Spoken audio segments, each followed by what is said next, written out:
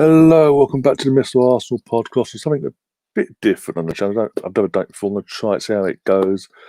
As it says by the title, it's I'm going to talk a bit more about obviously yesterday's disaster and Arsenal in general. And obviously you go one by one, a few people coming in and out, and that basically just get their views across. Basically, I've got Colin backstage at the moment. Sam Alden's going to be joining us later on as well.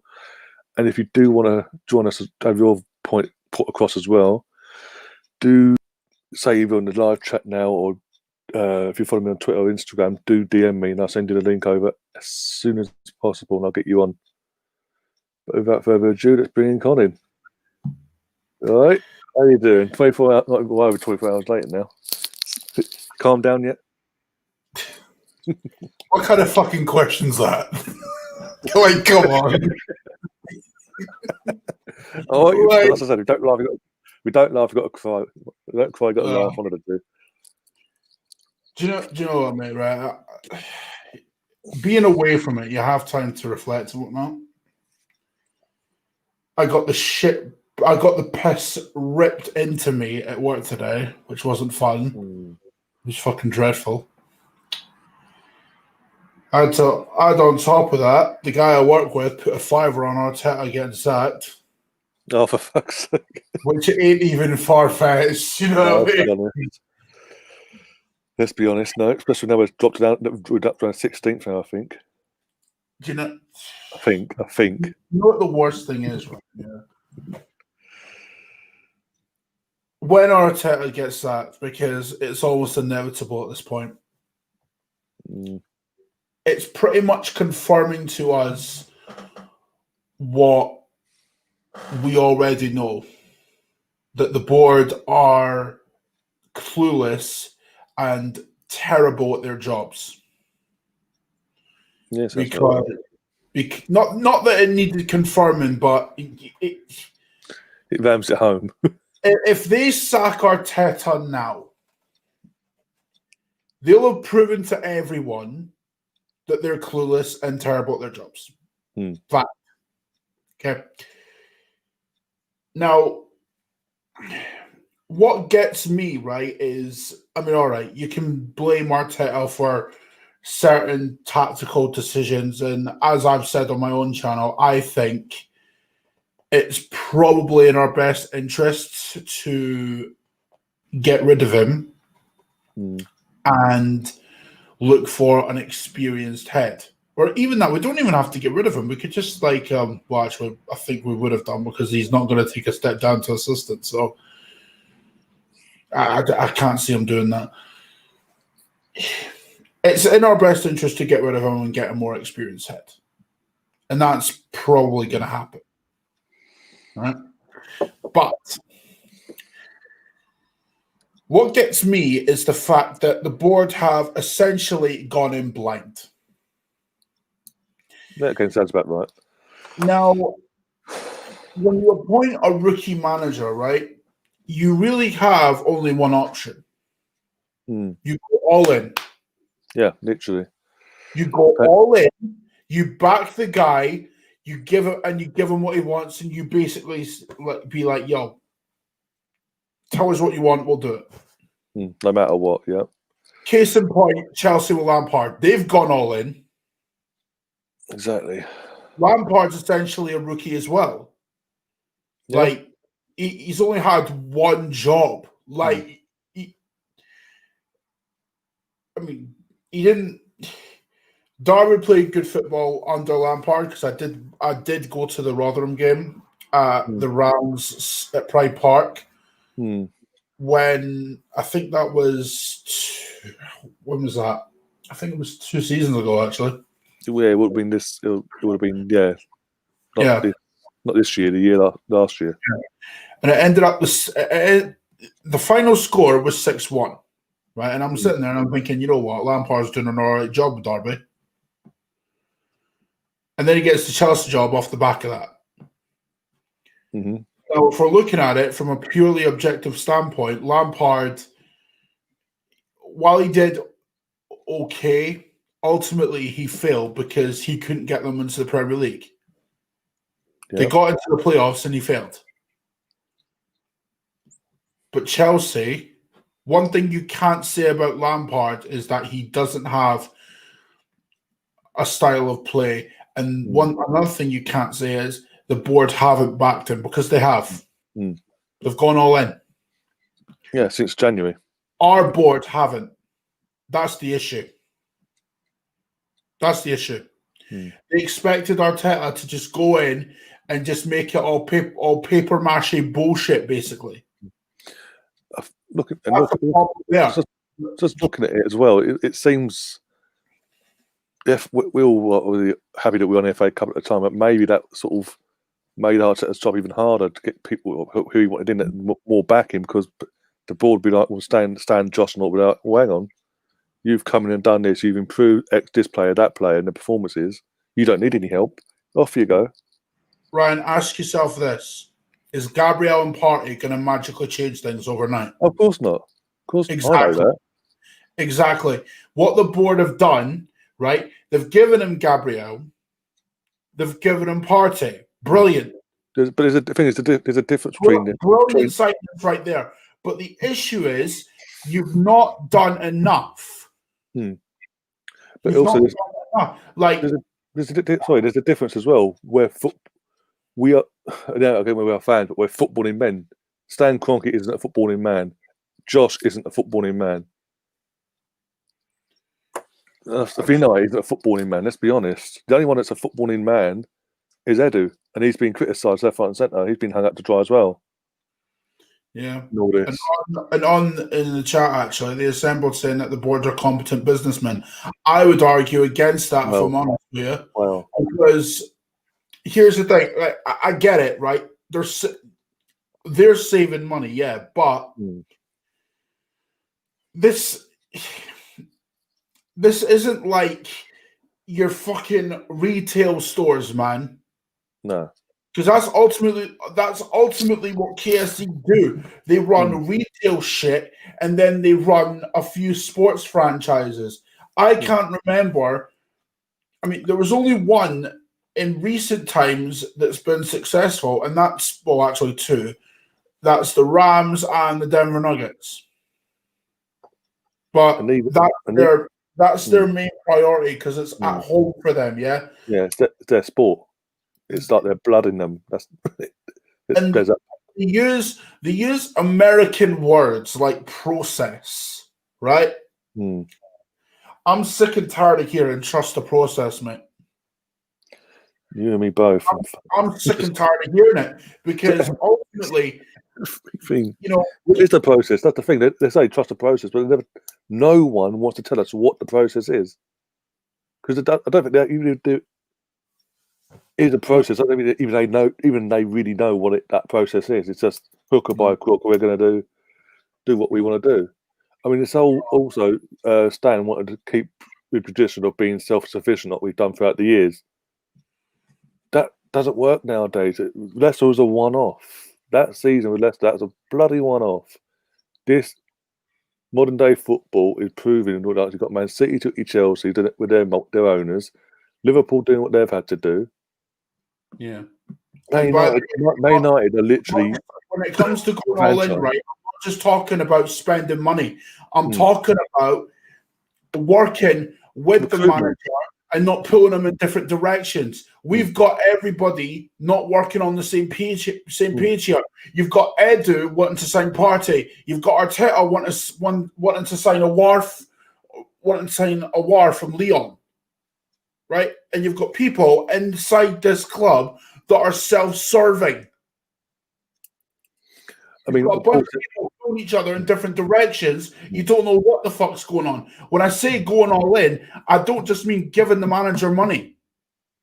It means literally everyone's on the same wavelength, literally from top to bottom. Exactly. There you go.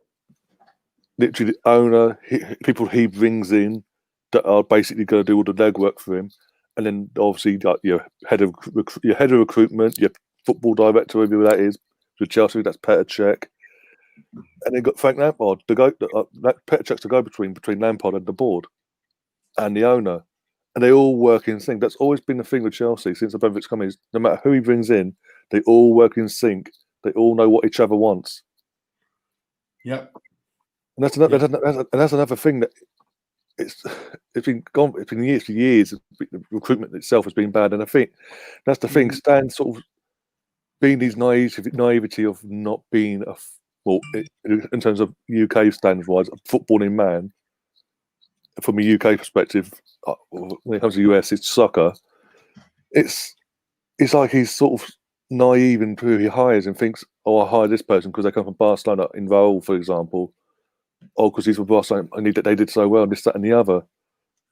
I'm like, and then obviously they're shocked that obviously he's done what happened and all that, and it's just like, no, just do your research. And in terms of the recruitment as well, as I said, we've known for years the recruitment's been piss poor. I mean, Xhaka 35 mil. We could have had Kante for 30. Premier League winning. This is me off, Ryan. Yeah, you know, on the Szoboszlai thing. Yeah, I've heard about that as well. Yeah, the finer details about his release clause have come in, right? From what I've heard, and this is, and shout out to Tom from the Guru Talk as well, who is well informed with this kind of shit. Yeah, he loves Szoboszlai. I know he does, but I've not felt that for a player for a long time. So fair play to him. Yeah. Still, like, Tom knows his shit, right? And according to him, and I'm guessing this is from people that he talks to on a daily basis that are well informed as well, the only club that have gone in for an offer are RB Leipzig. Looks like. Right? And when I see people saying that Szoboszlai is coming to Arsenal, it's nailed on. No, it's not. From what Tom's been told, Arsenal haven't even put an offer on the table. And again, this goes back to recruitment. Why has the Stan never addressed the recruitment side of it? There's been a major issue there. Why has he never addressed it? This is his money he's putting into it as well. That's the thing. His money. We should have had the players in the short term, right? We should have been in negotiations with them already, and we should have had the deals tied up by now. The fact that we're closing in to 2021 and we still don't know what's going on, like, I actually don't know where to go with it. I really don't. Like, this club's a mess, man. It really is a mess. When you look at it, it's just, honestly, it's just it's a shambles. It's an actual shambles. And this is another thing I don't get. Like, why are we still persisting with Xhaka, Bellerin, Holden, and Willian when we know they're not good enough? Yeah. Also, why is it? I didn't see this at the time. Also, I didn't see this at the time during the match. But when Partey, obviously, that second goal, he's gone off because he's hobbling off. He's injured. He knows he's done. I turned around, seen him coming. He's like, turn around and fucking shove him back on the pitch. And, and then you actually see him limping. And it's like, oh. I know. On one hand, you could say the Partey should like see at the gameplay, but at the same time, he should like have the sense to go like, okay, I'll just like try and like, you know, bear it out a little bit, right? But that said, Arteta shouldn't be playing him in the first place. Shouldn't even come down to that, man. Shouldn't even come down to that. Partey shouldn't have been starting. It was clear from the off he wasn't 100% fit. Clear as day. Yeah. Right? And then you got Bellerin, of all people, saying that Arteta out isn't justified right now. Okay, Bellerin, what were you doing when you were fucking talking about, what were you doing yesterday then? Like this whole bullshit of, I've always thrown balls. I've always done throw-ins this way. Well, you're doing it wrong. You've been saying it every time. Like, well, clearly you're not. You've been caught out 5 fucking times. 5 of the foul throws in this Premier League this season have been from him out of 12 or something like that. So majority of them have come from him. Near enough. I just thought. And it's just frustrating because we have Cedric Soares, we have Ainsley, who's a versatile player, can play out there. We've got Chambers that can play out there. I just don't understand. This is again favouritism. Ultimately, this is the thing. Sorry. This is the thing with Wenger. This was part of his downfall. He had favourites. He never dropped them when they were out of form. Mm-hmm. And guess who was there at that time? Oh yeah, Mikel. And who he learned from? Wenger, Pep. He took. It seems like in this moment in time, he took more from Wenger's style than he has Pep in that sense. If that makes any sense. But also in the chat here, the Assemble says, "Do you believe the Kroenkes actually want any success?" Hell no. No. I mean, wasn't it? Could you watch based on their actions the last few years? No. Like, I mean, I just don't. Sorry, you watched the WWE. Wasn't it that? What's his name? That announcer guy went on there and basically said for years back, he's not a business. He's a prick. He's not a businessman. Or he should be arrested for impersonating a businessman because he's not a businessman. This is from someone who went head to head with the US government and won. Like, I mean, for fuck's sake, you know, I don't know why, but you know, the whole point of it, right, was, you know, Vince and Stan came to an agreement in regards to the Pepsi Center for, I think it was an episode of Raw one week, and the Denver Nuggets happened to get to the playoffs. That's on that same day, and there was a clash of like dates and whatnot around that time. So for Stan to rent out the Pepsi Center to Vince, right, on the same day that the Denver Nuggets happened to get to the playoffs, that shows to me he doesn't really understand, or he doesn't want the success. He doesn't care. He doesn't really give a fuck. Like, on one hand, I don't really blame him, because if your business is doing well, why the fuck would you change anything? But on the other hand, we're in desperate need of a leader right now. And this fucker's sat in America doing fuck all. Yeah. But that diverts away from the issue, right? What Arteta said in his press conference yesterday, I'm sorry, but I can't get behind that. Yeah, it is. The Assemble mentioned it again. I can't get behind that. We all mentioned it during the live stream. We was like gobsmacked how you don't any defeat. You don't say what he said, or you lose some games. We've lost 4 on the bounce, 3 of them at home. Never mind the derby, mate. Never mind the derby, bro. No, that's what I'm saying. Literally, it's like 4. There's 4 games on the bounce we've lost. 6 out of 11, the first 11 games. We're in relegation form. Our closest team to us. We're like, I think it's like, I don't know how to check the tables tonight. If we lose on Sunday, we're 4 points off Burnley in the relegation zone. The way it was, right? We're closer to relegation. 1-0 up, right? I was seriously shitting myself because I was just thinking, 16th. That's a new low, man. That's levels of new low, man. Fucking hell. I'll tell you what, thank God for Danny Ings. Yeah, thank fuck for that. That's all I'm going to say. Thank God for Danny Ings and an 81st. We signed him in January. Thank God.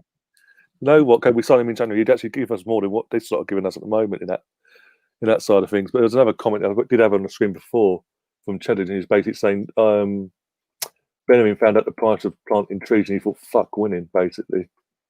Pretty much. John, you know what?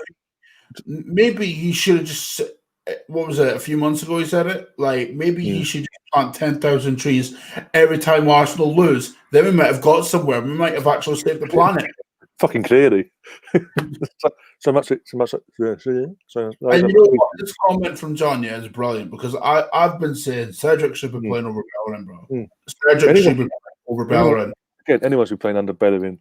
This is what I did, because I did another live stream last night, and because obviously the T-shirt thing and all that crap, and because I used the title of Hector Bellerin, maybe he was right all along about certain fans. make people got confused about new viewers and all that. Like, but it's shit. No, I'm not saying it's not shit. There's anyone that's like regular to the channel know my thoughts on Hector. Full stop. And even recently, how I said it's an insult. He's a number 2. This, that, and the other. But yeah, that's another thing. Releasing the merchant, claiming to be a fan. You've moved to the States. You claim to be a fan, and within 5 minutes of you saying Arteta out on one of your streams, you're like selling merchandise at the full-time whistle. Do you know how preempted can you be? Do you know what? Right. We got Robin, by the way. I've had to unfollow Chips just for that alone because I'm not behind that. I might think that Arteta needs to go for the benefit of our season right now, but I will never make merch off of it. No, because that's just not how I operate. I wouldn't make merch full stop because I just don't have the time for that. Like, I mean, imagine using your time for merch that one looks pretty shit in terms of quality, and imagine asking people to pay for that. Like, no. I do think Arteta needs to go for the benefit of our season, though. I do. It does seem like, yeah, because I can't see the next one. I've literally looked at the next 5 league. It's just the league games. I'm not including. I'll tell you what, Ryan. Yeah, I'll tell you what. To kind of put a nail in it, yeah. Arteta's got 4 games right now. Right, 4 games. If he's lucky. 4 games, right? If he doesn't get 3 out of the 4, and I'm not talking draws, I'm talking wins here. If he doesn't get 3 out of the 4, done. If he loses to Burnley, he'll be gone. He's got to be gone. Because as I said, if we lose that on Sunday, they're 4 points off us, and they're in the bottom 3. How sad is that when Burnley at home is must win? But looking at our fixtures, just going through, we obviously said Burnley on Sunday. Then the following week we've got Southampton away. I think is away, home or away, one of the 2. But look at where they are at the moment. We've got them. We've got Everton. Southampton at home. Everton away at Goodison Park. Chelsea on Boxing Day at Argath, and Brighton before New Year. And I can honestly say, out of all them fixtures I've just mentioned, not one can I say, hand on heart, I feel confident we'll at least get a win out of one of them games. Because it's just the football, the style he brought is literally, there's no style all of a sudden. There's no nothing. I mean, literally, yeah, we had possession yesterday in that second half. But it's because they were 2-0 up. It's a Mourinho thing. If he's winning, he's going to do that. And we had no threat. If there was threat, he would not have allowed us to have the ball the way we had.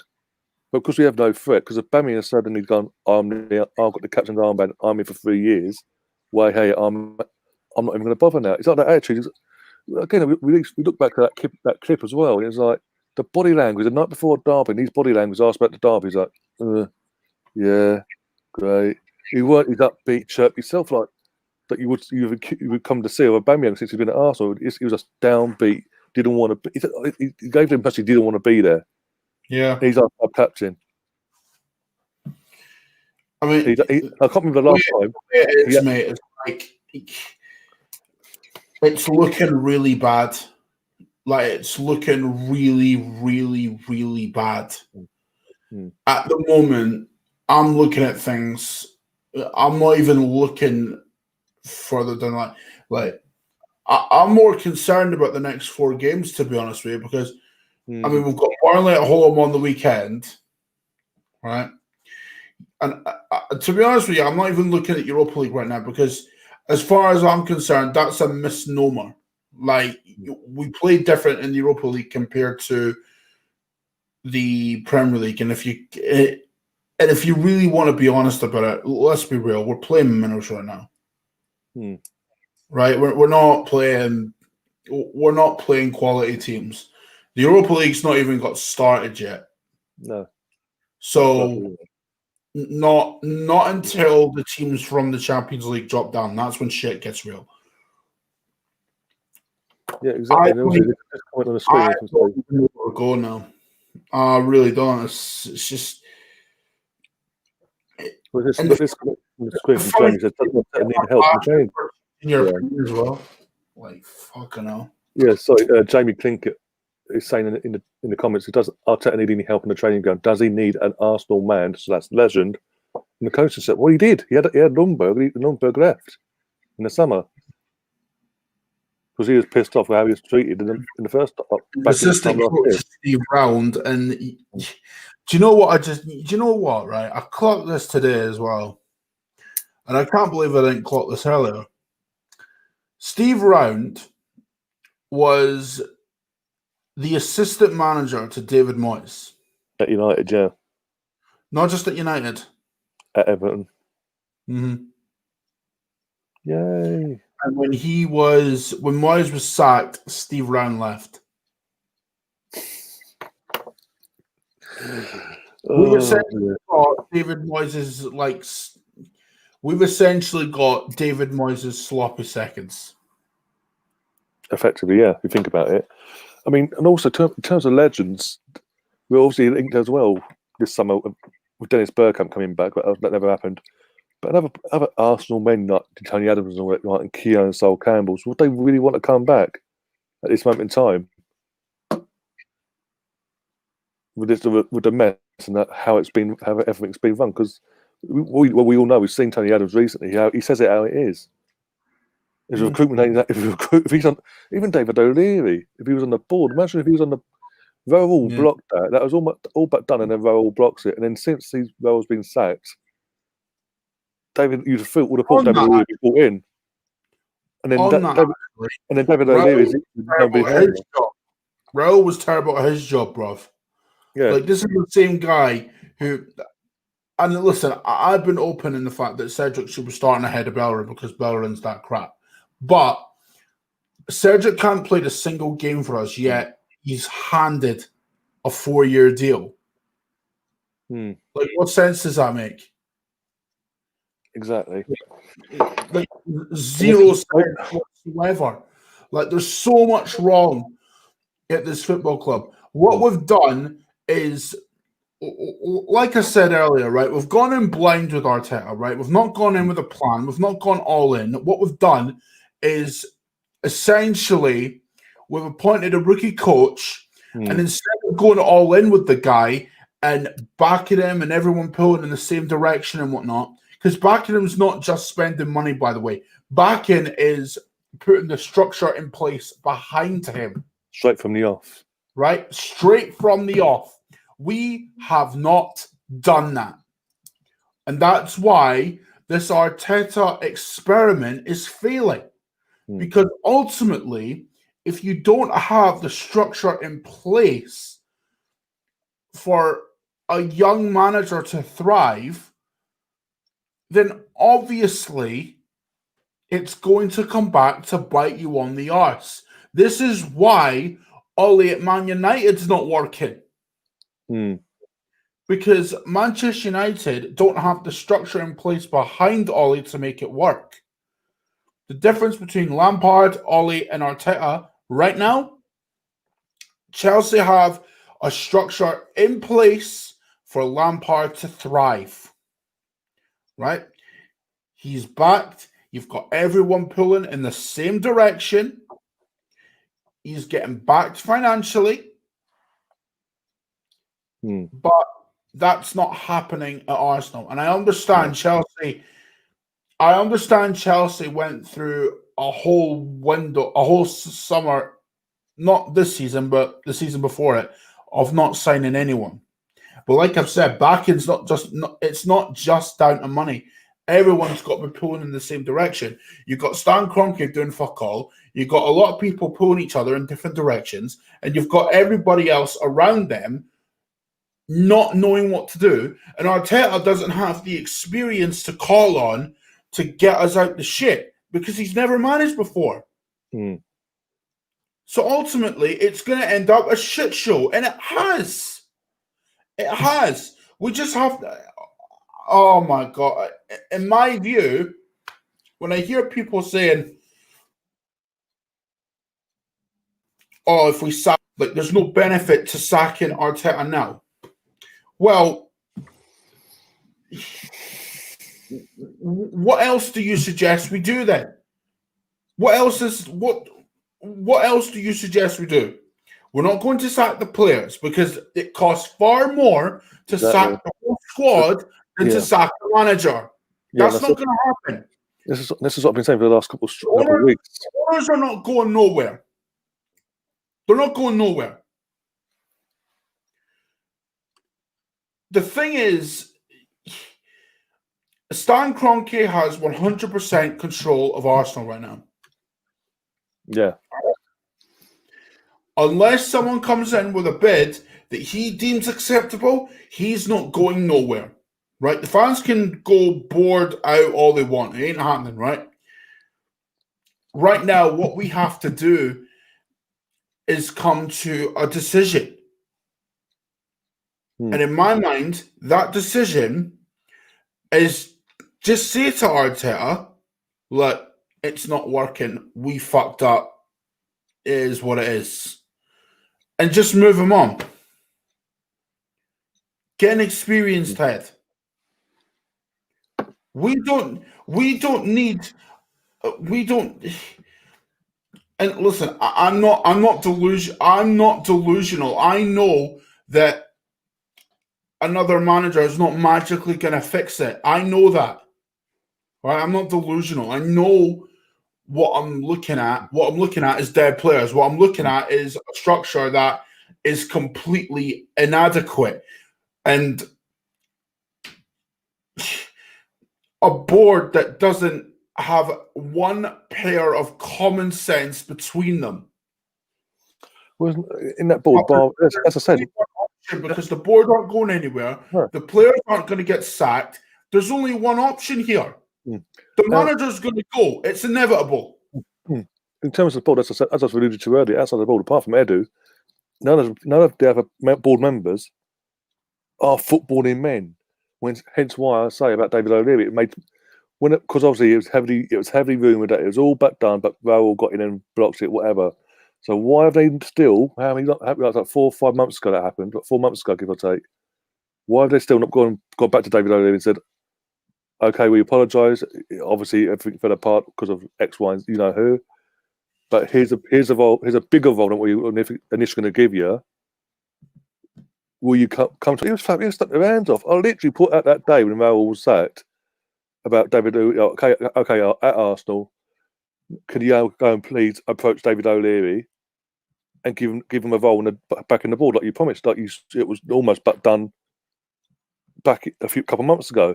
And his daughter saw that and liked and retweeted it.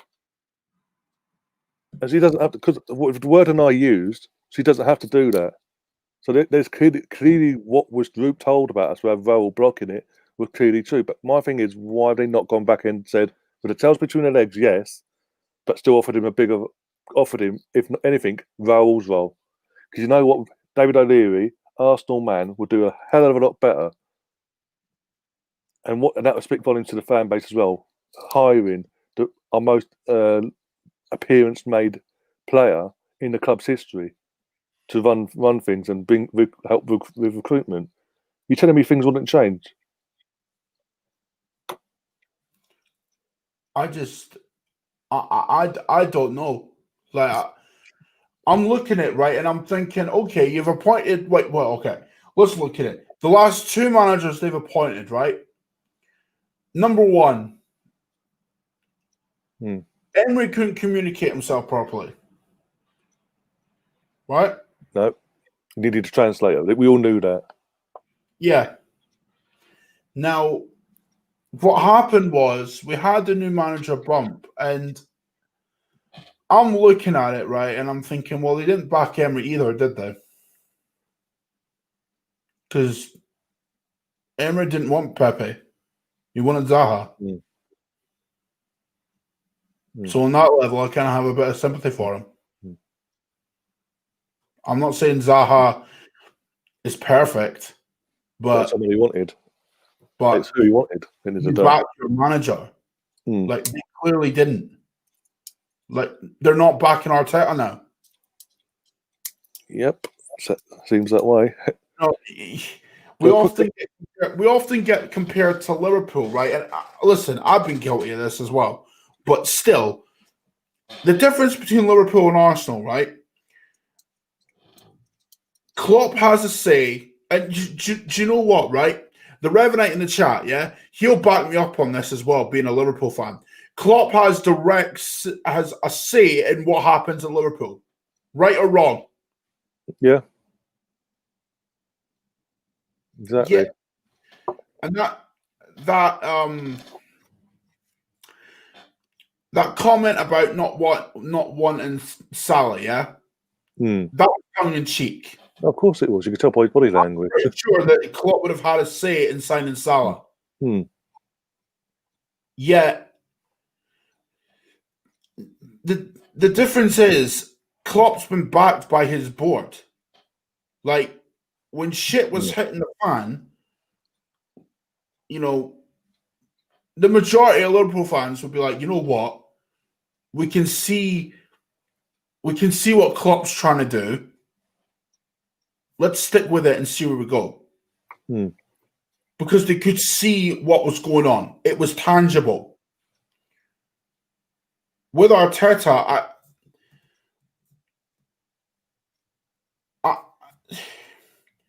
I'm just going to bring Sam in. I don't see any tangible change, bro. I really don't. Like, what is there?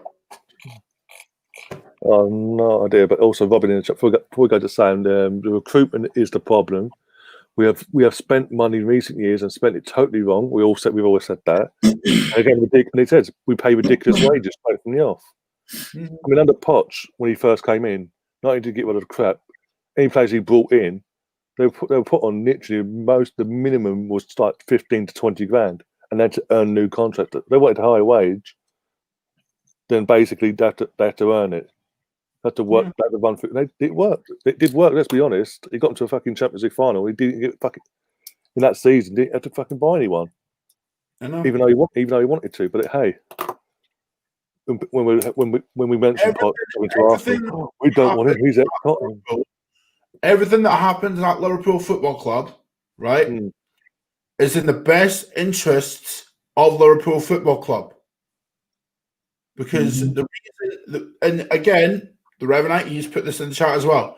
The board and Klopp are on the same page. Yeah. Right?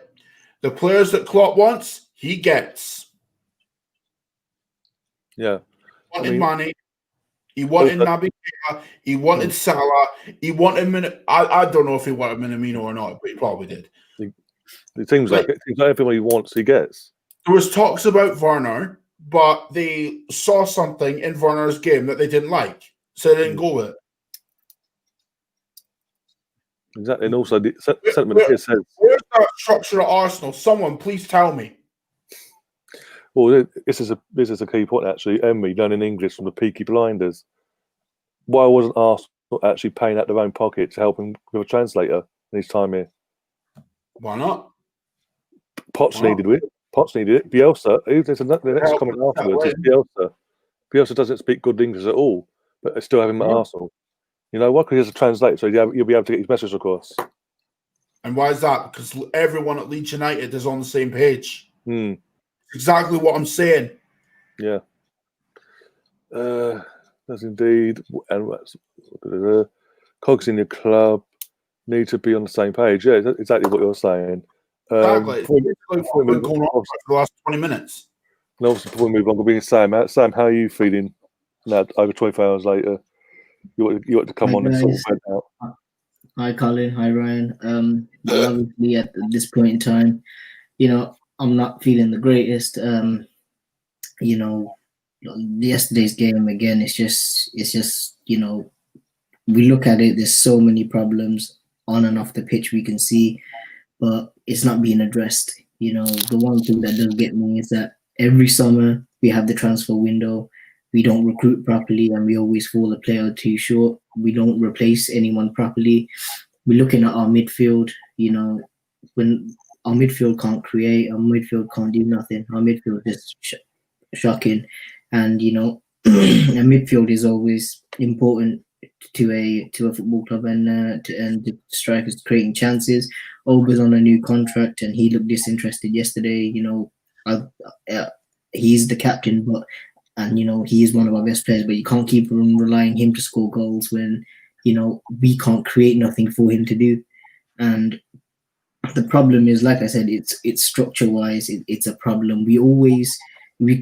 I'm not a fan. I'll be honest with you. I'm not a fan of Arteta at all because I think his man management's poor. I think at him as a coach, this is far too big of a job for him. But at the same time, you got to understand is that he can only work with what he's got.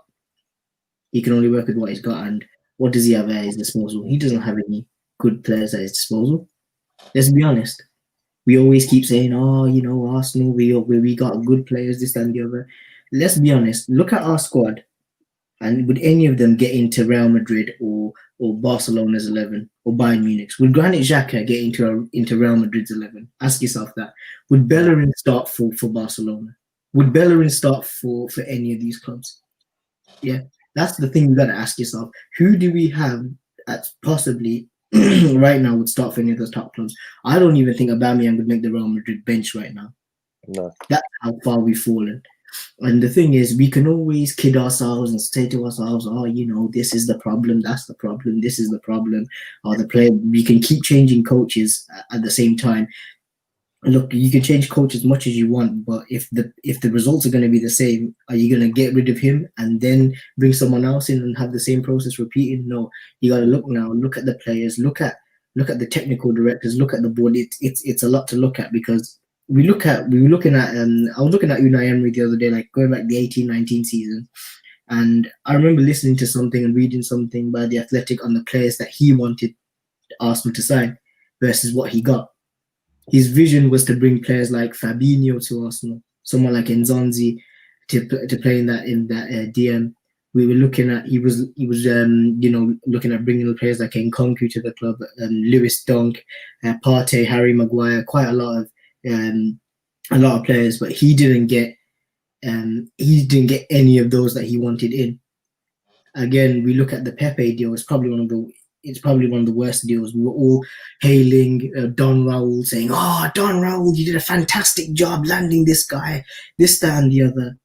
But it's a disappointment that we didn't get Zaha, because looking at Zaha now, he's been completely, he's someone we need right now. And the thing is, the one thing I'm sick of is fans keep saying that we're good. We're not good. We're no longer. It's going to be years till we come back competing for the top four. The only route for European football next season is if we win the Europa League. For Champions League football, for any way of getting us into getting somewhere in Europe next season is by winning the Europa League. The League Cup, I don't think we're going to beat City. The FA Cup, we're going to probably get surprisingly get knocked out. It's the same old process. We're stuck in it again. The problem is the board are at problem. Technical director, the club is a shambles at the minute. But the one thing we can't keep kidding ourselves and keep saying that we're good, because we're not good. We're just all over the place. That's what I gotta say. Yeah, if you hit the nail on the head, you said a lot of things we've been saying, and if three people here are saying it, and obviously other fans are saying it as well, it can't be not true.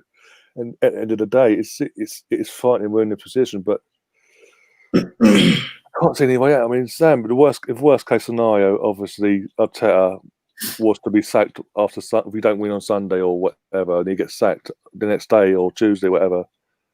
Who do you see want to? Who do you want to come in? Who do you think will want to come to take over? Well, I think who I'd want someone like Maurizio Pochettino at the club. I'd want Poch, yeah, but I doubt he'd come because of his, relationship with Spurs. Because he said the other day as well, he has a good relationship with Spurs. He has a good relationship with Espanyol, so he could never manage Arsenal or Barcelona. But I'd want someone like Allegri to come in.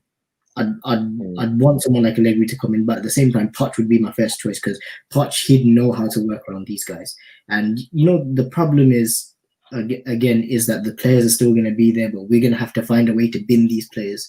The problem is now is that the way that we're run. I mean, like Colin, I heard him say earlier, Liverpool's business is in the best interest of their club. Why do you think they're making a profit? Is because they're making those players earn their wages. The clubs, they're making their players earn those wages. We have to keep taking losses on players. We have to keep taking losses because it's the only way we can get rid of them. And that's bad business at the end of the day. If you've got someone on high wages, another club won't want to take that player on until they can give a reduced fee because it has to balance on their books as well as ours. The problem at the end of the day is the high wages is a problem. Everything's a shambles on and off the pitch. What can we do? And at the same time, we have to say to ourselves, look, we're Arsenal Football Club. We are Arsenal Football Club. We are one of the 3 biggest teams in England. Look how far we've fallen. We're not challenging that. The problem is we keep kidding ourselves. We've got a good squad every season. We keep kidding ourselves. And the problem always lies on the fact that we never address what we need to address. We never address it. We never address what we need to address. Summer in, summer out, we're not getting the things that we need to do. And it all starts, I'll give you guys something. Go back to the 2015-16 season. All we needed was one striker. Yep. A Benzema, a Aubameyang that window, Lacazette that window, and we was winning the title. Yep. We created so many chances for Giroud, and how many did he miss? He practically cost us the title. Him going on that goal drought cost us the title. 6-month goal drought, the last game of the season, so yeah. Yep. Then the next season, the 16-17 season, we've already made a mistake. We looked at N'Golo Kante, who won the title for Leicester, but we picked Xhaka over this stat DNA kind of rubbish. That's a problem in itself. Then the 17-18 window, you sign Lacazette, you sign Kolasinac, but that's it. We've just finished 5th.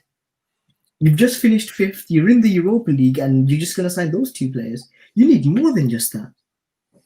Then the 18-19 window, what can we say? We did bring a good amount of players in, but we didn't bring the right players in. We didn't bring the players that Emery wanted into the club that would have made a massive difference. How can, the one thing that I still just don't understand is if Emery wanted Fabinho, Emery wanted Nzonzi, but you give him Torreira instead. This guy, it's just hard to explain. It really is hard to explain. And then the 1920 window, you give Ramsey's gone and we don't even replace him. Now Ozil's on the bench, 350 grand a week, sitting on the bench, our most creative player. And now, he's not featuring. Like, this is where the problem lies. I don't think anybody has any common sense at this football club. I really don't. I really think that this club really lacks common sense. I really think that whoever's in charge is probably a Spurs fan deep down inside. I don't think they support Arsenal at all because these decisions that they're making, the problems that are being caused at the club, we're not addressing them in a correct way. We look at our midfield. Who there is going to create something? By the way, don't put this on me. But one thing I've read is that in January we're going after Emi Buendia of Norwich. And already I'm seeing a lot of Arsenal fans saying, "Oh, I don't want Buendia. I don't want Buendia." I'm like, he's created a lot. He's done well, and I think Norwich's price tag must have put someone off. But at the same time, we need reinforcements in that midfield. The problem is, again, sometimes is our own fan base. Our own fan base stop us from succeeding. Sometimes I actually feel that way in a sense, because now I'm seeing a lot of fans saying, "Oh, you Wenger out. You guys weren't very tactical thinking about that, were you?" And I'm thinking, hang on. We wanted him to go years ago. We wanted him to go maybe 2015, 2014. Perfect time for him to go. I think had he left in 2014, we'd be a successful club now. We probably, would have hired better then because someone like Klopp was available then. But again, we're not doing the things we should be doing as a club. And the thing is, we pick up one result, we pick up who knows whoever we play next, in the league, I'm honestly, I'm done with watching us now. I don't know who we're playing next, and if we so miraculously beat them, I think it's Burnley. I think it is on Burnley at Sunday. home, yeah. Following that, Southampton, and I think Chelsea on Boxing Day. Oh, And Everton, man. was it Burnley, Southampton, Everton that. away, I Chelsea, think Brighton. yes, Burnley, Everton, Southampton, then Chelsea. This is the thing. I'll guarantee you, we'll somehow beat Burnley, and then you're gonna have all the fans singing, "Oh, Arteta, trust the process, trust the process." What process are we meant to trust? What are we meant to trust? Like, you win a one-off game, you need to put the consistency in. This is the thing with us Arsenal fans, is that we want consistency. We don't get that consistency. We don't get to see the thing is, it's not that bad that fans demand their club compete with those levels, the things that the board say. Like, you guys must have read in that article back in 2012 that Ivan Gazidis said in 3 years we'd be competing with the likes of them. Why should we accept bullshit? Like, exactly. I think people have forgotten how big of a club we are. Exactly. Like, I don't know about you, Sam, right? But I've always grown up on Arsenal winning titles. Yeah, Like, same. That's it. Like, even if we weren't winning it, we were at least competing. Exactly. Yeah. Now we've gone from that to having a shit show at the top of the club, right? And on the Ozil thing, I'm sick of talking about him. How anyone doesn't see through him is beyond me. This man's got 2 assists in 2 years, and yet people suddenly think he's going to change everything. Fuck that. No. It ain't going to happen. The way I see things going, right, and I'm being brutally honest with you, right? As far as managers go now, I'd love Poch at Arsenal. I would. But it ain't going to happen. It ain't going to happen. If not for the only reason, his connection with Tottenham. That's what stops that. I've seen people throw their noses up at Rafa Benitez. Have people forgotten how shit his Newcastle squad was? Yeah. And then he turned them into winners. Well, he didn't turn them into winners, but he took them. Got them somewhat organised. I mean, got competitive. Let's be honest. Part of the reason why they are where they are, not just about Mourinho, down to Poch. He got them to that stage where Mourinho would want to come in. He somehow managed to get a shit Newcastle squad with Jack fucking Colback in the midfield. But this, with Liverpool before they got relegated. With Benitez, as you said, he literally came in. They got relegated. He stayed with them. Got them promoted, and with that team that got that championship team, he kept them up every time. And he never got back. You see what he did at Chelsea? They look like in the 12-13 season, they look like they weren't even going to qualify for the cup. He hid his guts. Like, he won them the Europa League. Honestly, the nerve of our fan base, man, to turn our noses up at Rafa Benitez. I'm sorry, right? Rafa Benitez is one of the most successful coaches in modern history. Yeah. Just ask Liverpool fans how much they love Rafa Benitez. The thing is, right, they probably love Klopp more than they love Benitez. But that Champions League final in 2005, that comeback was biblical. Biblical. Still the best Champions League final ever. It's still talked about now. Because that AC Milan side was unreal shit. Like, just this comment on the screen. Yeah, I've got this comment on the screen from Sentiment FC. He says Allegri has been rejected by the board for his arrogance, in brackets, more like he wouldn't submit to the board's demands than fair play. And that's the thing. I mean, the thing is that there was a previous comment from Blue Well saying that Benitez, Allegri, Simeone, Nuno Espirito Santo, or Poch. So it says a lot. If Arteta was to be, if he was to be sacked at some point between now and Christmas, it's going to happen. And the next manager is, the next hiring isn't an improvement, and someone of the ilk of what we've been talking about on an Allegri or Poch or Nuno Espirito, because even Nuno or Rafa, if it's none of that sort of ilk, it's someone lower, still lower, and Eddie House, then that screams 3 managers. The last 2, look at the standard.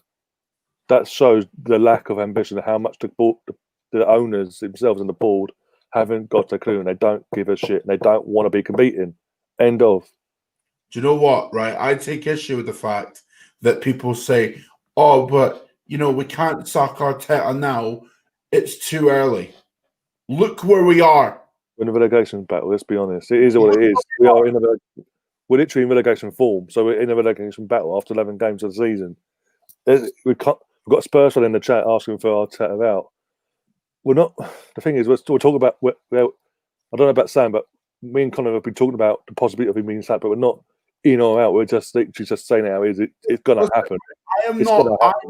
I might be Arteta out, right? But I'm not going to vehemently shout it from the heavens. No.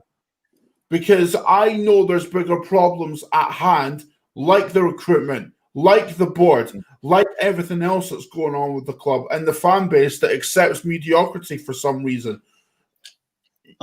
I'll be honest with you. To me, Arsenal, no matter what's going on the pitch, no matter what's going on above us, Arsenal will always be a draw in football. They will be. The same way that Liverpool will be. Always.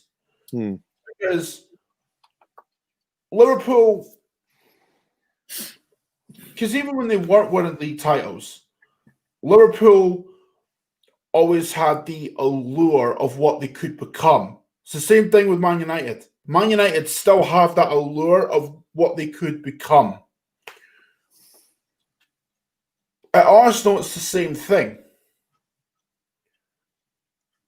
But the problem is the board are making incompetent decisions. What we need is a manager who is experienced enough to be able to drag us out of where we are right now. Right?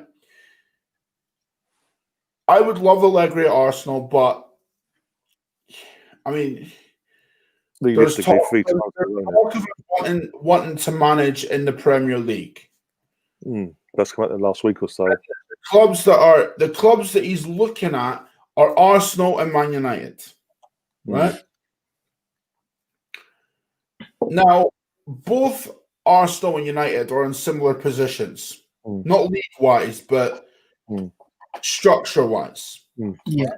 Let's not get also. Sorry, if we move on, continue, Colin. Let's not forget this time last year when he was approached, he wanted the Arsenal job, but he didn't want it there and then. He wanted them to have Lundberg as interim or whoever, and then come in in the summer and have a pre-season.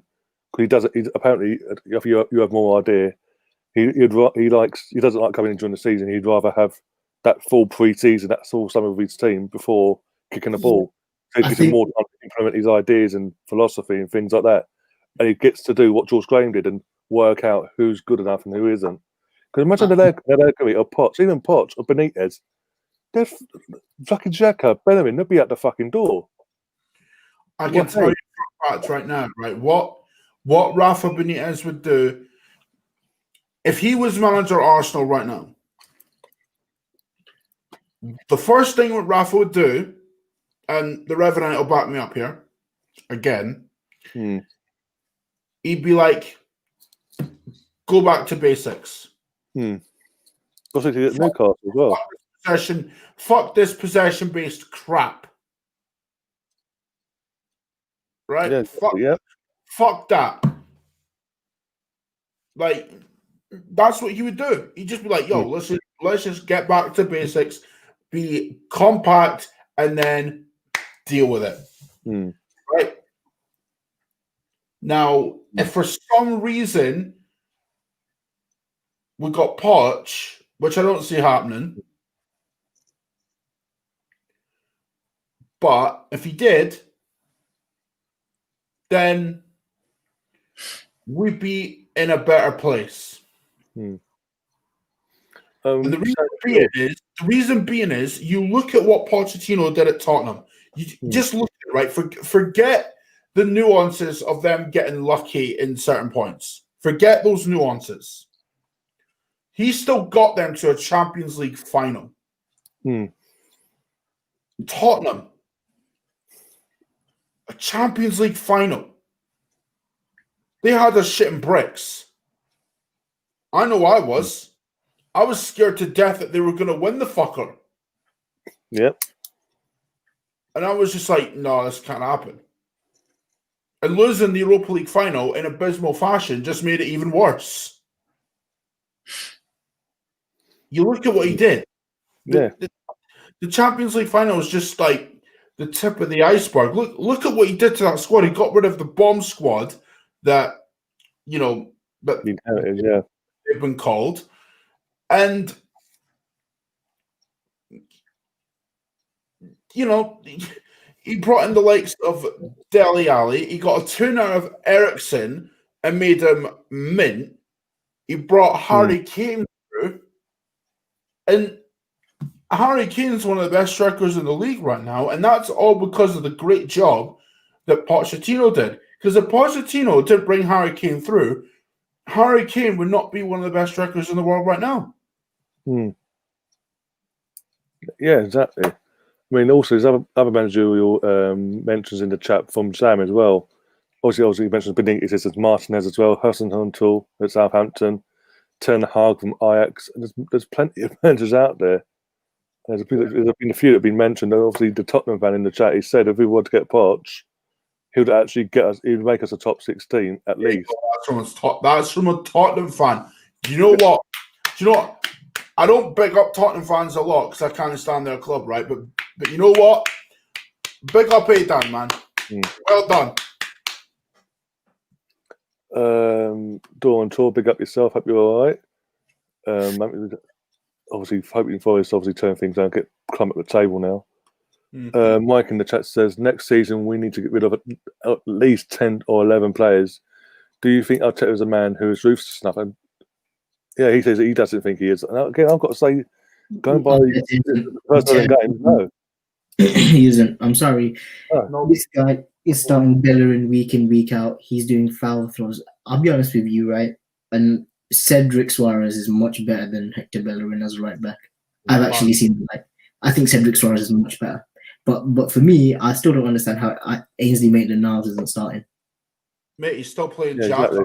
We were saying this last night. Exactly. You see my problem. Like, come on. Like, do you know what pissed me off about yesterday, yeah? He starts Partey, and he starts Partey in the team. Now, you're thinking, all right, Partey's starting, it's cause for celebration because he's our best midfielder. Right? I don't think a single Arsenal fan would disagree with that. Because if they do, they're lying. Right? But you could see from minute one, he was nowhere near 100%. Yeah. Nowhere near.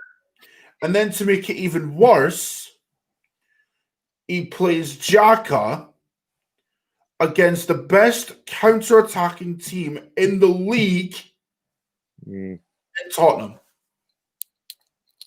I'm sorry, you have to question that. We've got El Neni and Ainsley on the bench. Also, Sam Greenwood says as well, Poch also lost his way very quickly after the Champions League final. That is more down to the politics of the board side of things, with not being backed by Levy. So, I'm sorry. Because Levy's constantly... Let's be honest here, right? When Pochettino got that job, did any of us think that they would get into a Champions League final under him when he was first appointed? Of course not. No. Question, like, no. Yeah, no. But yeah, he did what he did, and it's again. I was saying earlier because I thought you were talking about him earlier. Part of the reason why Tottenham are where they are is because of him.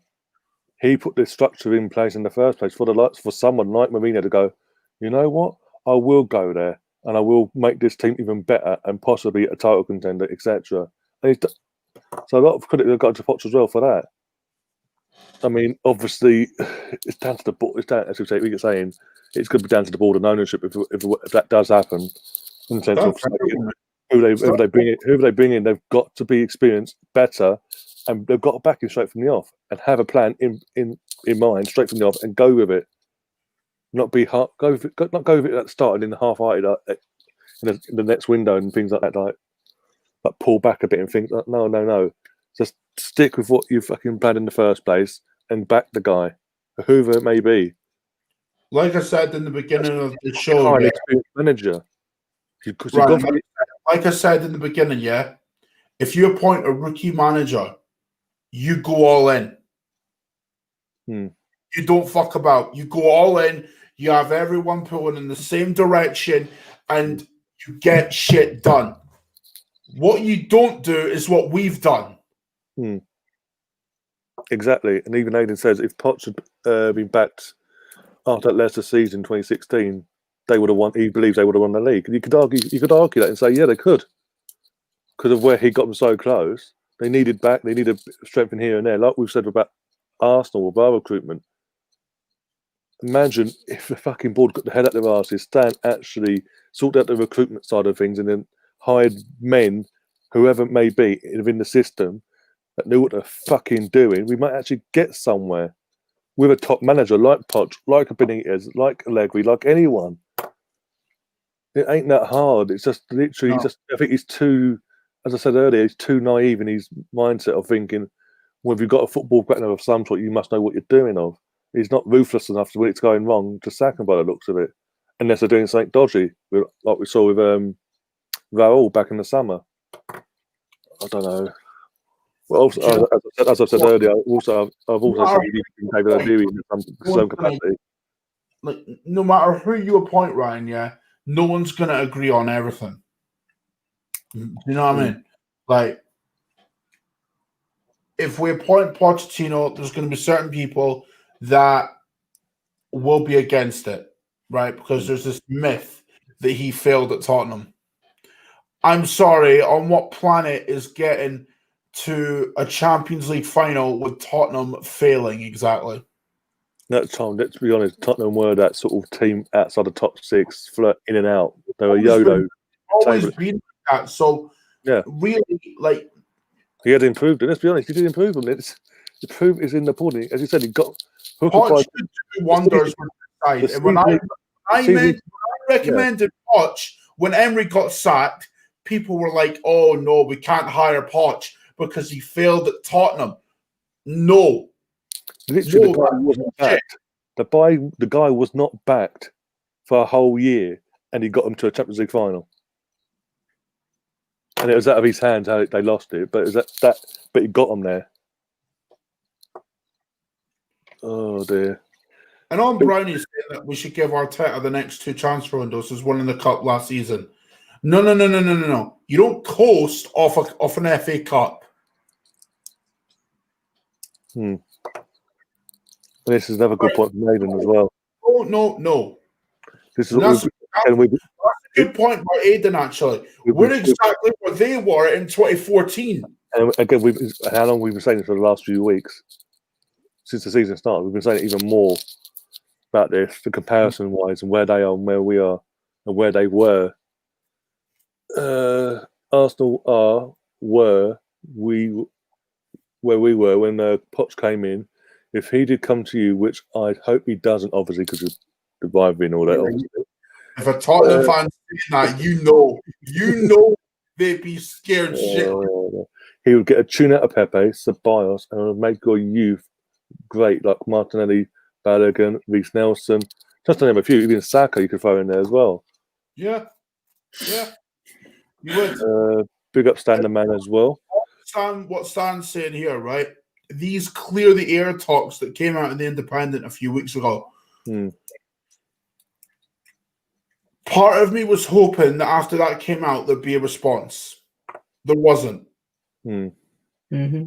Now I'm looking at it and I'm thinking, you know what? Maybe this is the board's way of sending a message that Arteta's not going to last much longer. Because you know this board is sly, man. Oh, of course. The one thing I'll give them credit for, right? They are PR masters, bro. Yep. Well, PR masters. They know exactly what the fans are thinking. They know exactly what we tweet on a day-to-day basis. Do you know why? Because they follow social media like it's fucking clockwork, bro. Like they monitor social media on a day-to-day basis. Arsenal Twitter especially. Don't tell me they don't. Don't tell me they don't, because they do. Right? And here's the thing. Again, people like to say to me, oh, but you won an FA Cup last year. Yeah, you finished 8th, but you still won a cup. That's a dream season for most people. Yeah, most people, but not to me. I'm an Arsenal fan, not a fucking Cardiff fan. Yeah, Brownie, I'm looking at you, bro. This pissed me off. I've seen it in the comments. I don't support fucking Cardiff, bro. I don't support a club that fights for relegation year on year. I support a club that's used to winning titles. Fuck that.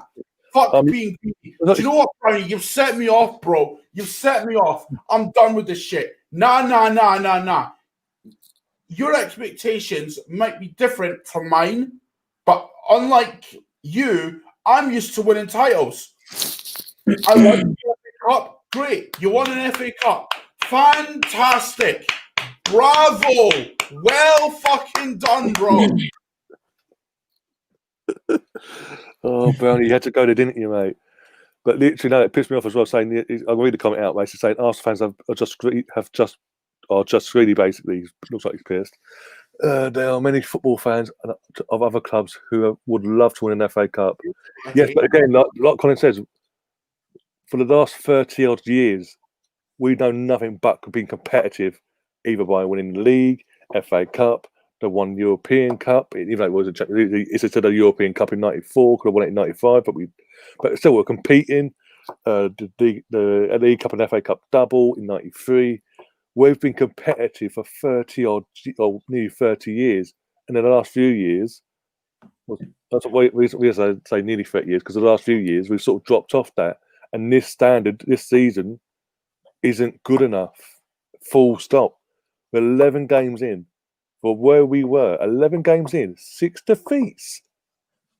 Could be 4 points off Burnley if we lose another one on Sunday, who are 17th in the league as we speak. Ryan, do you know what I hate more than anything, right? When people tell me that, Arsenal fans are spoiled, right? No, they're not. I hate that, right? Do you know why?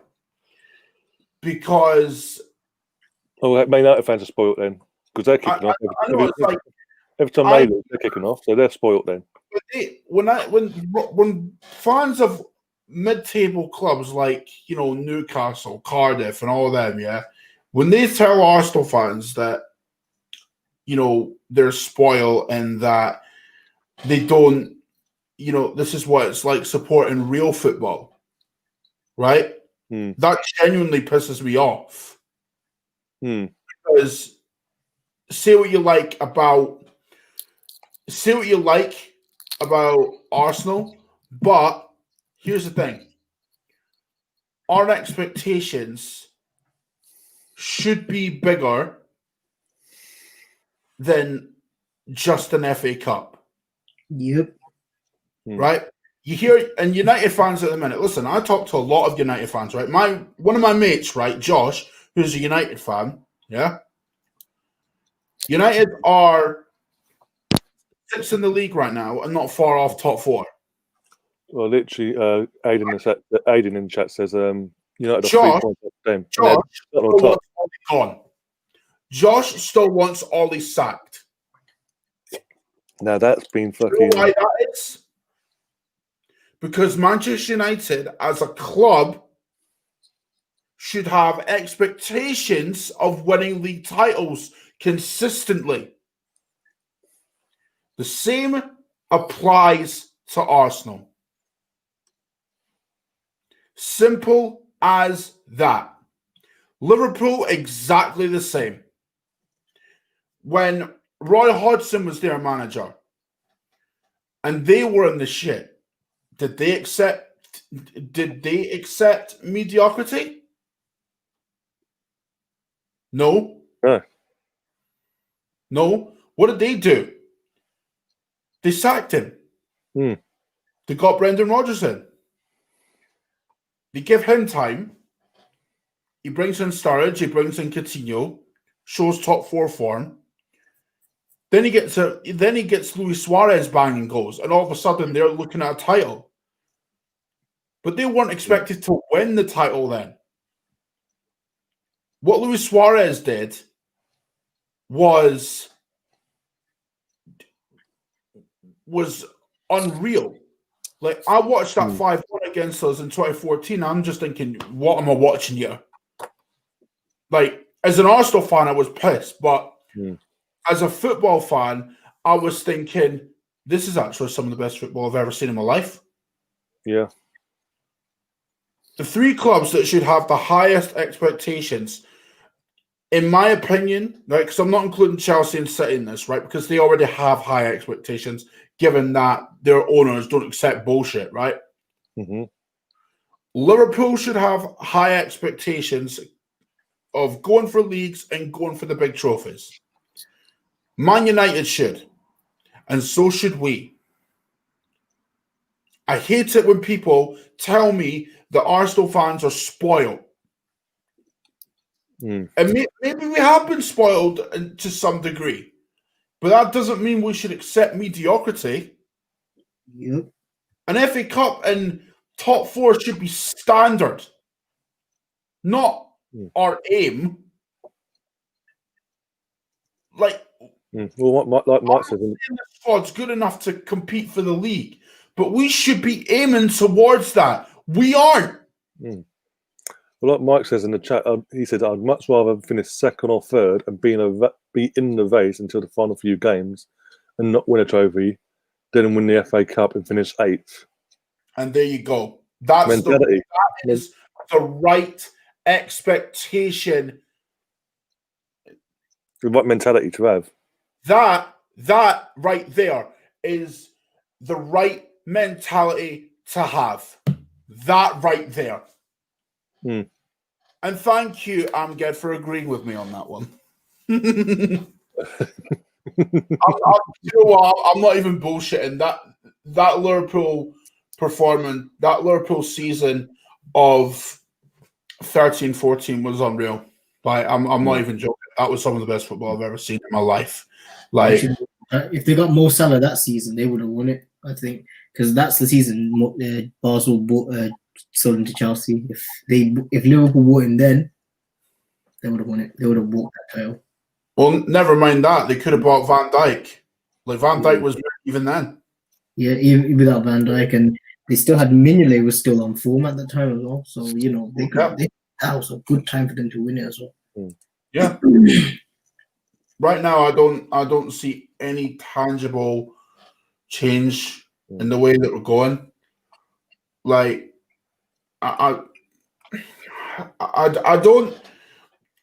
don't mind if we're winning FA Cups. It's great, but it shouldn't be the be all and end all.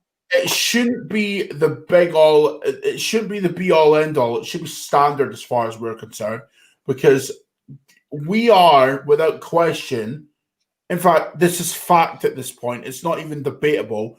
We are the record holders for the amount of FA Cups won. Oh, Brownie's never. Why is that? Oh God! Why is that so hard to grasp for some people? I don't get it, man.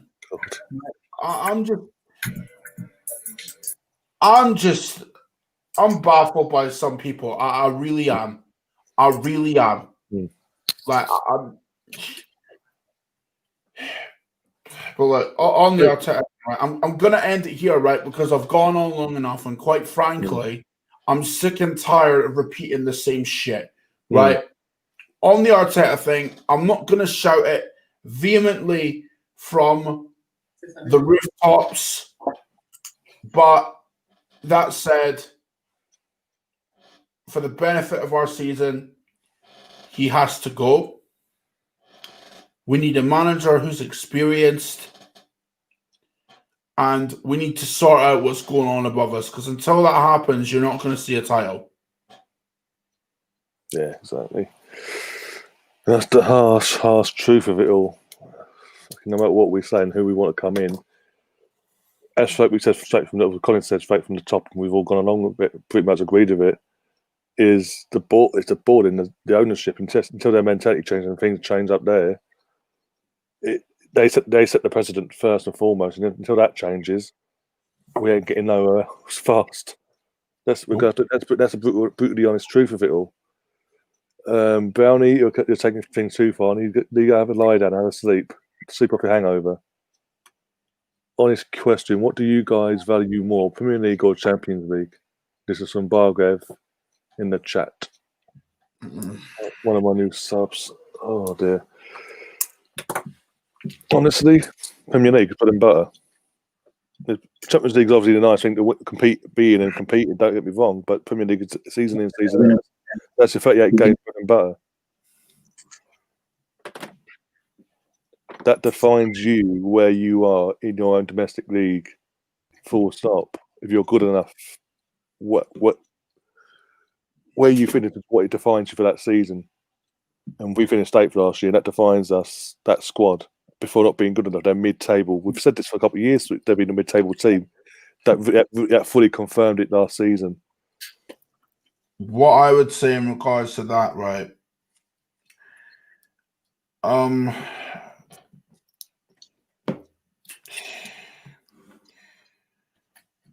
mean, with the Champions League, right? It's knockout football, so you can have it's fine margins you're talking, right? Because ultimately, if you have a decision go against you, you can get a really lucky draw on the route to the final. Case in point, Tottenham, right? But with the league, there's no easy draw. You get who you're given when the fixture list comes out before the season starts. But that said, I would like to see us compete for both, right? But that's not realistic. I'd say Premier League, right? Because we're not in that conversation of competing for the Champions League yet. But the Premier League, while we're not in contention for that at the moment, it's a lot more realistic than the Champions League is. Yeah, Sam, what about yourself in that question? Yeah, we won't be competing for the Champions League anytime soon. I don't know if we're going to get back in it. And, of course, I want to see us be title challengers again. I want us to win things again. That's the main thing. But, the problem is now we have to get the recruitment right. We've got to get everything right. And that's going to take some time because obviously we haven't done things correctly. Until we get the recruitment right, until we get everything spot on, I don't see us doing anything good anytime soon. The Europa League, like I said earlier, it's our only route to any Champions League football, any sort of European football for next season. We're not going to win the Premier League anytime soon. We're not going to win anything anytime soon. We're not going to be competing for the top 4 anytime soon. At the minute, it is how it is at the minute. We can't really do much. No. The worst thing is that I don't want to accept this mediocrity, but what can I do really? What can we actually do? We can only do what we're given. We can only do what we're told that we can do. We can't really say how we're gonna go this season.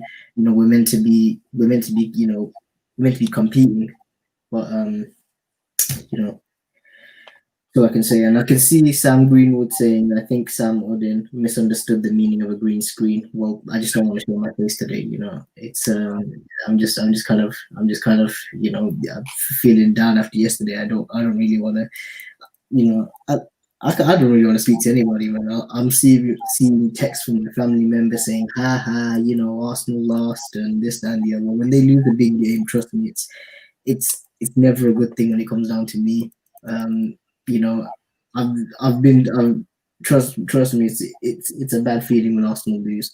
If you want to know one of the worst losses ever, when we lost 4-0 to Liverpool back in 2017, I was at Anfield that day. Oh my goodness! I tell you this now, Colin. If you were there, you probably would have walked out at 60, probably at 1 second off again. You probably would have walked out.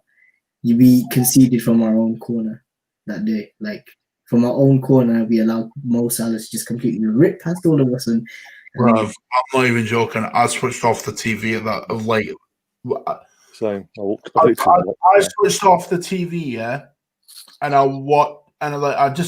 so I had the game recording at one, I had the game recording during the game when it was going on, because I kind of figured I'd be in a pissed off mood when I saw the team selection. See, that's the thing. You can kind of predict what mood you're going to be in just based on the team selection, and it's one of those things where the team selections are getting worse and worse, and you're scratching your head of it, or scratching your head at it, really. And I mean, I swear, if I see Bellerin and Xhaka anywhere near the team this weekend, I'm gonna lose it, because I mean, in fact, no, scratch that. If I see Bellerin, Xhaka, and Holden anywhere near the team, I'm gonna lose my mind, because you notice in that game, right? Tottenham were targeting our right side the whole time. Bellerin and Holden as a right side doesn't work. It doesn't, because every team now is targeting our right side. You notice most of the chances that we concede come from our right side. Yeah. I'm stunned how Arteta doesn't realize this. Plays his son Bellerin.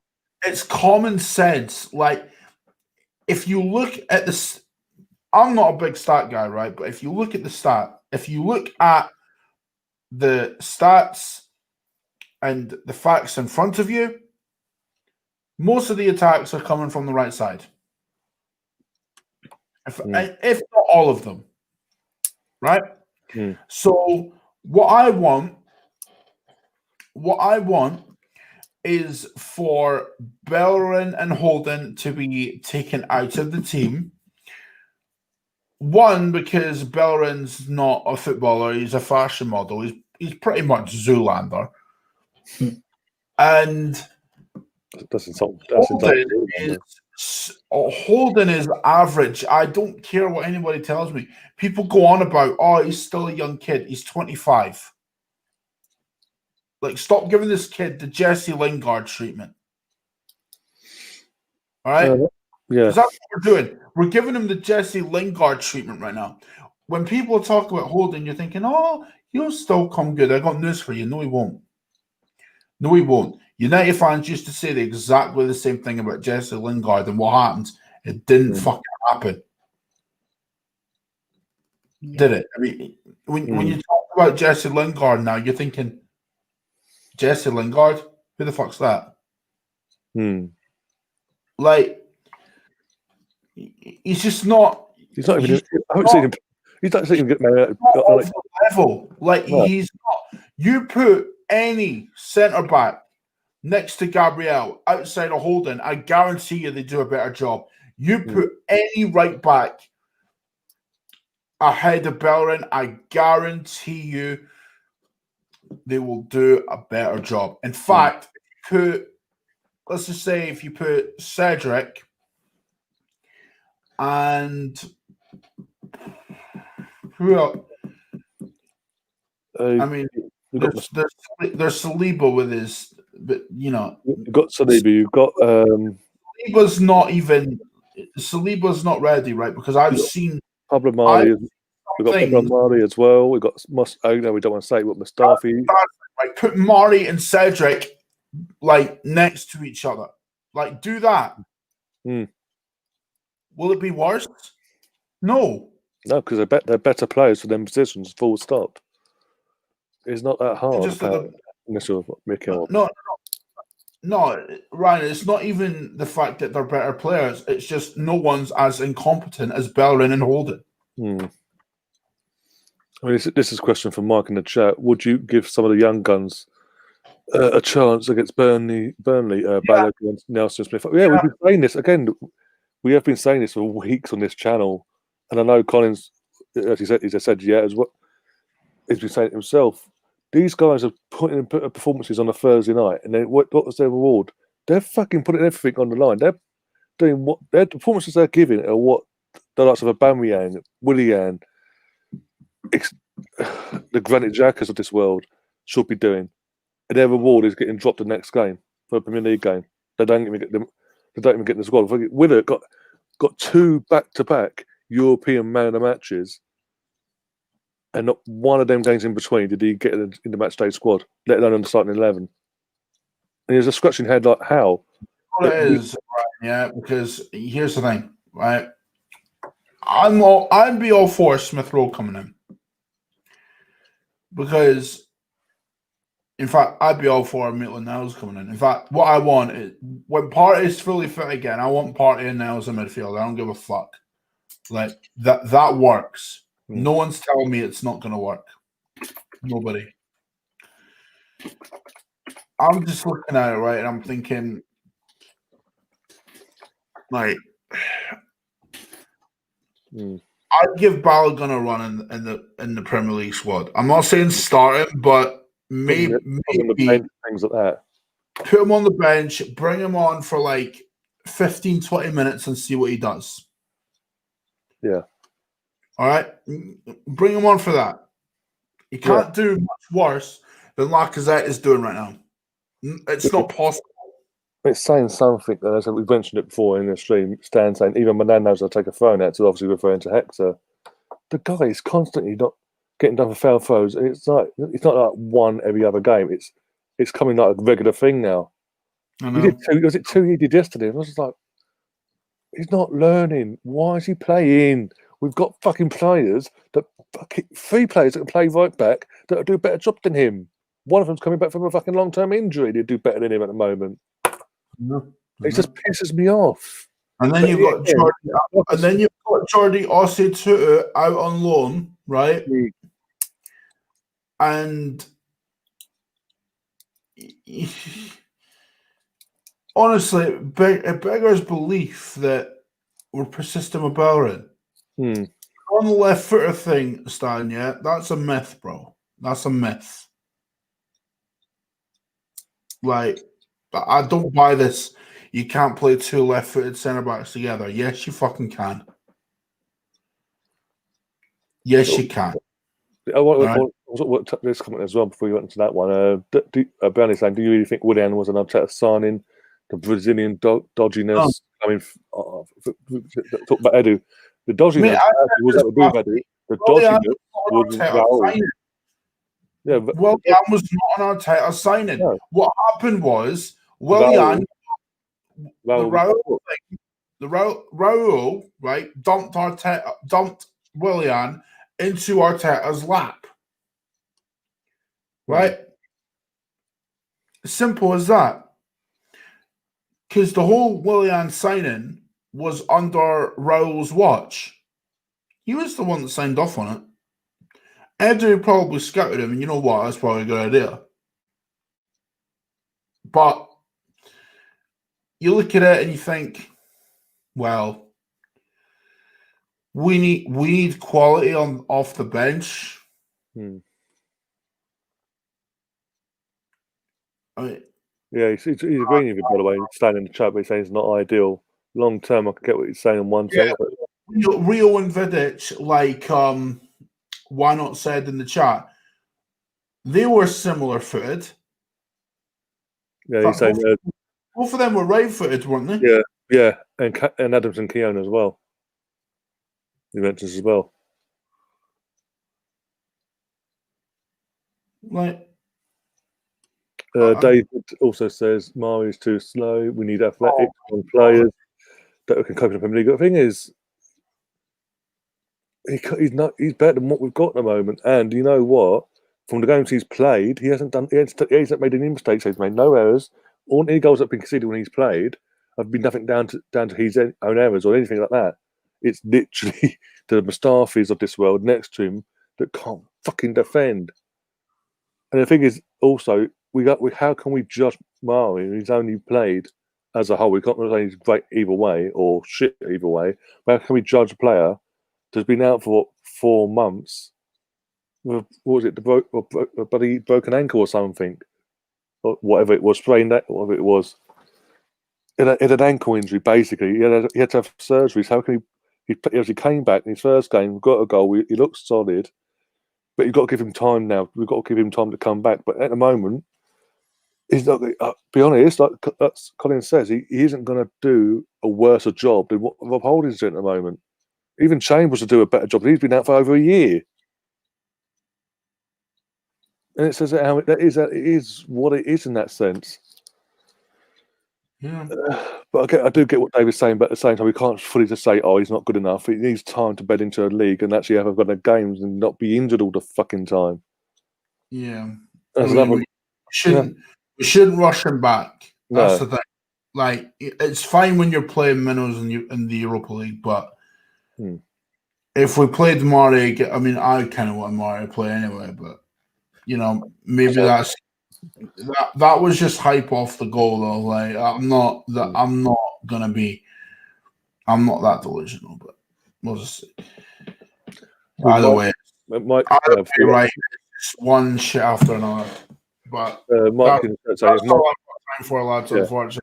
Yeah, I was just going to say a few more comments, but yeah, if Martinelli was fit, we don't sign Willian. It's a good point. Quite a few people are saying it as well. Stan saying Rio and Velix were both elite players. Well, of course they were, but defenders can just be smart and switched on. Like, why not? I genuinely think Willian would be good in a better system. Possible, depending on the manager and what the system is. Maybe. And the last comment: mid-table and championship teams play 2 right footers, but they have sense.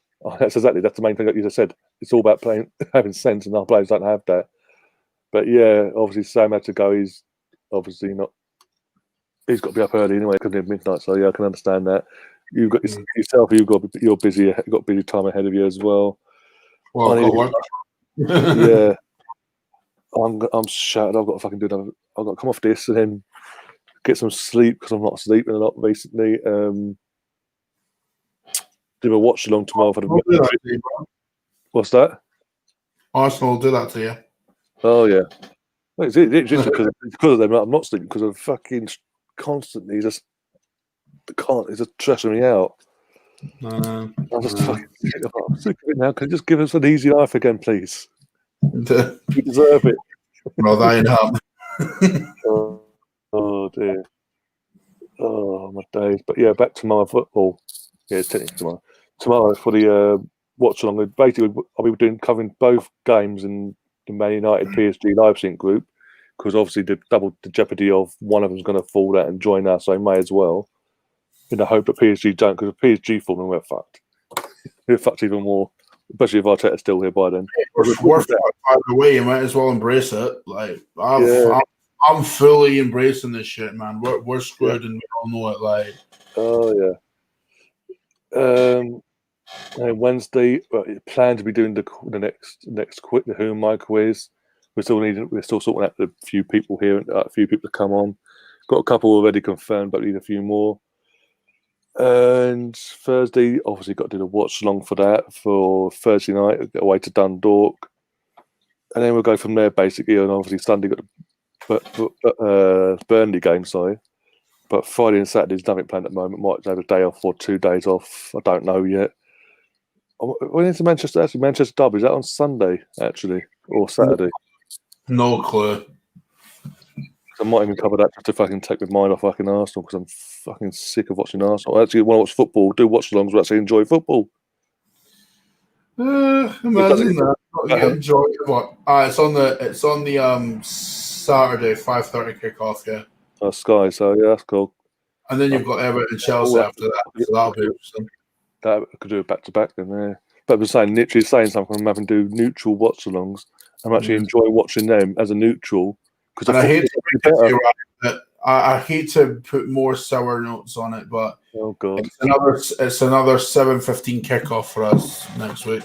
Yay!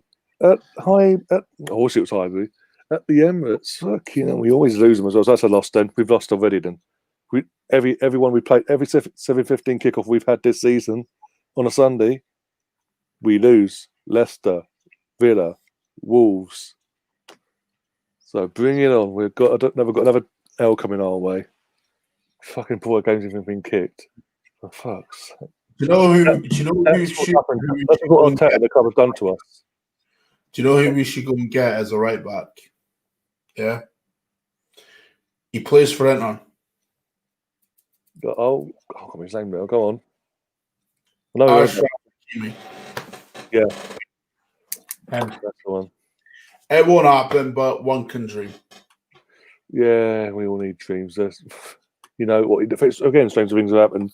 If our club actually shows some ambition, it may happen. Maybe. Maybe. Just maybe. Maybe. Probably not. But until then, guys, obviously enjoy the rest of your evenings, your evening / morning, whether you're in the world, or afternoon, or staying, obviously being in Vancouver. And yeah, as always, can't believe I'm saying this still, but up the Arsenal. Come on, you fellas.